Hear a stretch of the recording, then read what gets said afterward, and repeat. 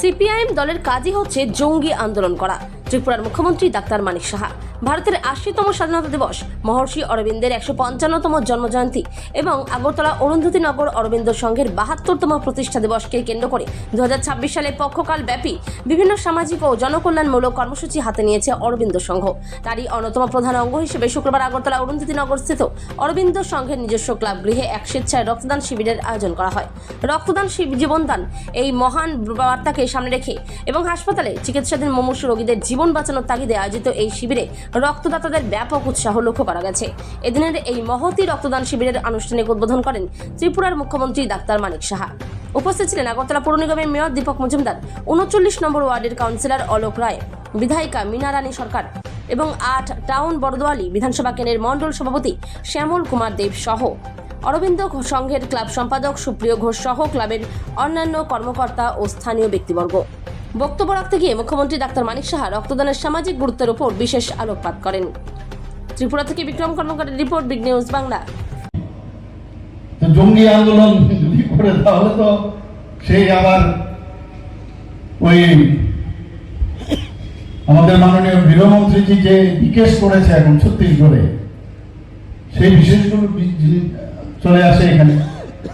এদের ইতিহাস আমরা দেখি এবং সারা ৩৫ বছর এবং এর আগেও যারা কংগ্রেসের যারা রাজত্ব করেছে অস্থিরতার পরিবেশ তৈরি করেছে।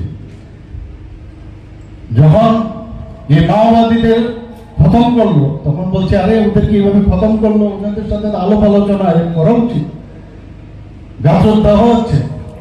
তো এই ধরনের যে মানসিকতা, যেখানে এই অস্থিরতা সৃষ্টি করা, এদের থেকে মানুষ অন্তত ত্রিপুরাতে মুক্তি লাভ করেছে। এদেরকে আর কোনো অবস্থায় ১ ইঞ্চি জমিও তাদের ছাড় দেওয়া উচিত নয়। খুঁজে থাকে কবে, বসে থাকে কবে কোন জায়গায় এই জঙ্গি আন্দোলন করা যায় এবং জঙ্গি মানসিকতা নিয়ে আন্দোলন করতে হবে। তো জঙ্গির সাথে ন্যাচারালি জঙ্গিপনা কাদের বলে, সেখানে তো আবার অস্ত্র শস্ত্রের বিষয় আসে এবং এই অস্ত্রের যে ঝঙ্কার সেগুলো কিন্তু ক্লাবের মধ্যেও কোনো এক সময় ছিল।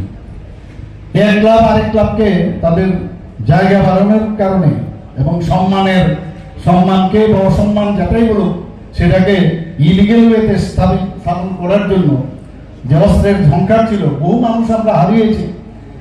তো head of the state, head of the country যখন এই ধরনের চিন্তা ভাবনা, এই রাজ্যের দেশের এই অবস্থা থাকে। আমরা বারবার বলছি আমরা কোনো অবস্থায় হিংসায় আমরা বিশ্বাস করি না। মানুষের গণতন্ত্রের অধিকার আছে, গণতান্ত্রিক অধিকার নিয়ে যাদের বক্তব্য থাকবে, একটা কনস্ট্রাকটিভ কথাবার্তা বলবে, নিশ্চয়ই আমরা সেটা দেখব। তো আজকের এই রক্তদান শিবির আপনাদের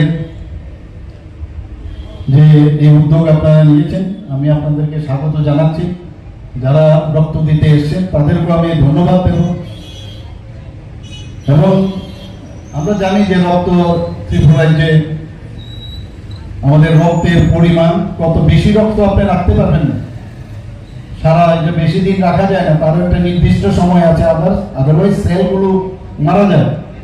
তো সেখানে আমাদের রক্ত সঞ্চালন পর্ষদ যে আছে তারা মনিটর করে কোথায় কত রক্ত দরকার, কোন ব্লাড ব্যাংকে কত রক্ত দরকার, সেইভাবে রক্তগুলো কালেকশন করা হয়।